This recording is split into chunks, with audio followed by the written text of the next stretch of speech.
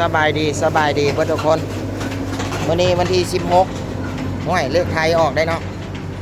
วันที่16เดือน7 2026รถจกรถดามน้อยเทพเพิ่มซับ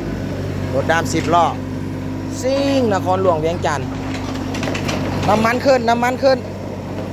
แต่ก็บ่เป็นหยังมาครับใส่ลูกค้าคือเก่านี่เดมาไอ้อย่างนี้มาลอกทางออกจากเสา30 เซน15 เซนก็มีเอาออกเพื่อนที่เทคอนกรีตเฮ็ดได้เด้อบ่ว่าเวียงน้อยเวียงใหญ่เวียงขับเวียงแคบเวียกจังไดก็เฮ็ดได้